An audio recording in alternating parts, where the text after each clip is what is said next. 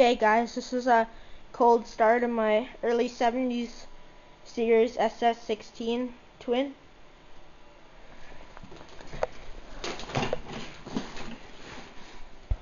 Hold on.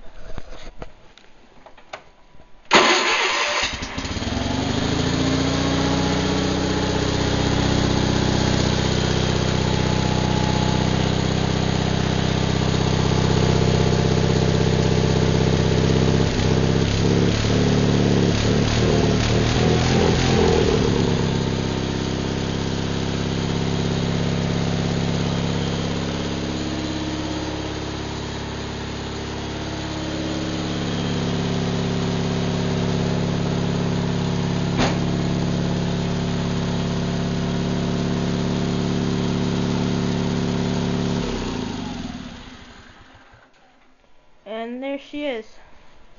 Kind of a bad view here, but thinking of selling it. I don't know if you're interested, message me on YouTube.